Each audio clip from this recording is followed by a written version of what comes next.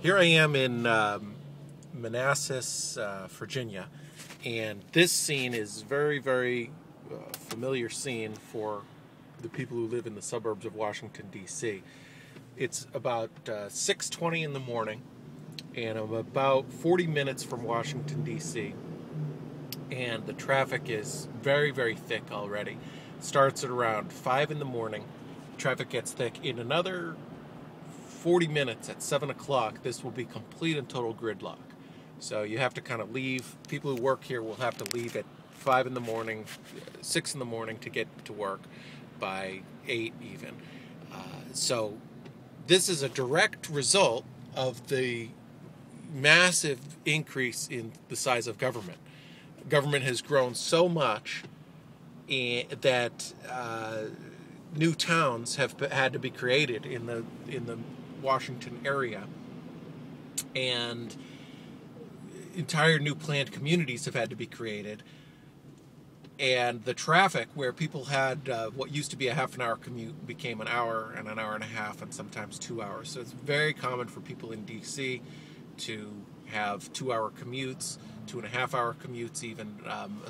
And the funny thing is, some of these people, when they bought their house as little as 6 or 7 years ago, it was only a 40-minute commute. So, which is making the problem worse, because that more communities are moving closer and the house values are going up. So it's one of the few areas where housing has actually increased in some parts around the city, and it's also one of the few areas in America where wages have steadily increased over the last 10 years. And employment has radically increased, all because of government and government-related companies.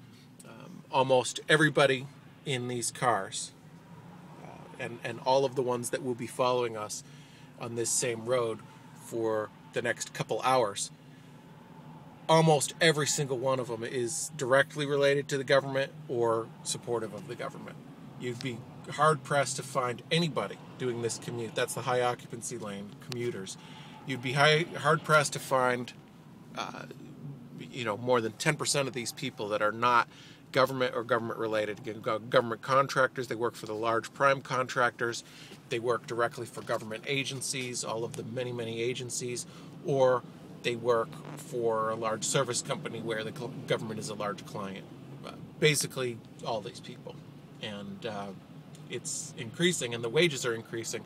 The number of $100,000 plus government jobs is staggering. It's grown by over 1 million jobs, and 100,000 $100,000 jobs just basically in the last year. So pretty astounding, and this is one result of it.